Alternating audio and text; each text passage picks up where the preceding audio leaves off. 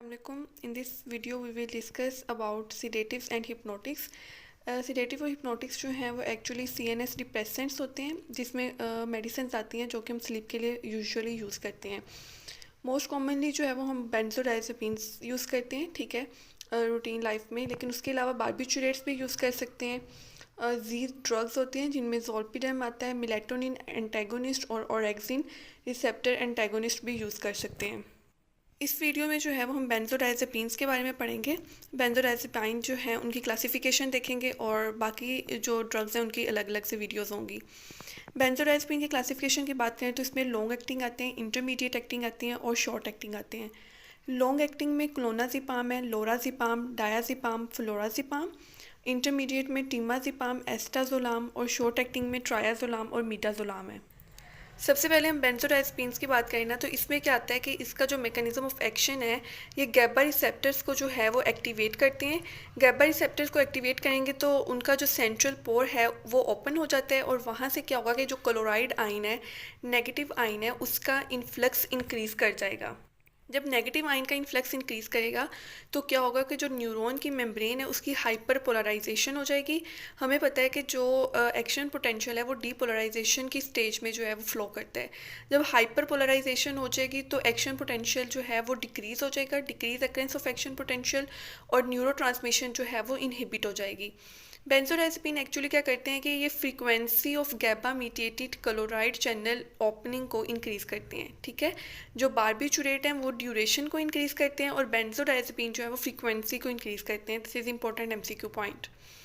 Uses देखें तो जो बेंजोडाइजेपिन्स हैं एक तो हमारे पास सिडेटिव और हिप्नोटिक के तौर पे यूज़ होते हैं.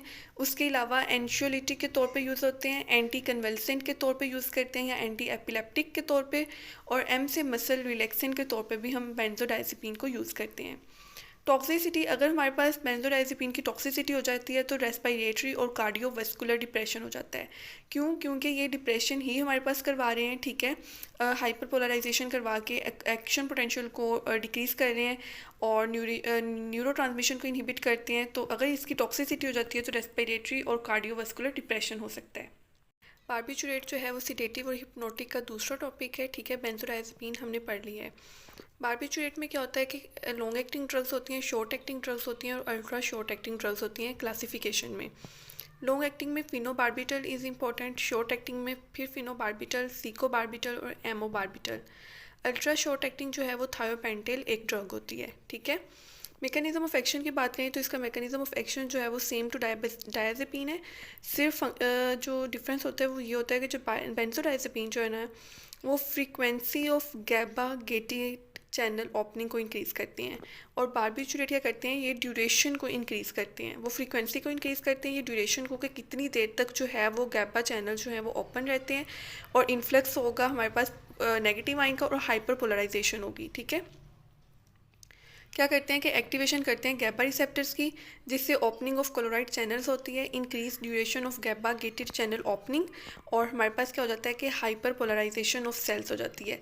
हाइपर पोलराइजेशन में डिप्रेशन होती है, डीपोलराइजेशन होगी तो एक्टिवेशन होगी. अब यहाँ पे नेगेटिव आयन की इंक्रीज़ करने की वजह से हाइपर पोलराइजेशन हो रही है तो सेल्स का जो है वो डिप्रेशन होगा. यूजेस भी इसके सेम बेंजोडाइजेपिन के जैसे ही हैं, ठीक है. इसमें भी हम एंजाइटी के लिए यूज़ करते हैं बार्बिचुरेट को, एंटी एपिलेप्टिक और एंटी सीजर्स के तौर पे यूज़ करते हैं, हिप्नोटिक टू इंड्यूस स्लीप, ठीक है. और उसके अलावा इसे एनेस्थीसिया के तौर पे भी हम यूज़ करते हैं due to its long action और प्री ऑपरेटिव सीडेशन के तौर पे या एनेस्थीसिया के तौर पे भी बार्बिचुरेट्स को यूज़ करते हैं.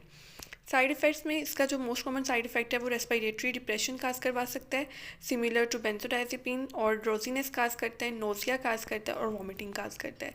That's all about barbiturates that you need to no.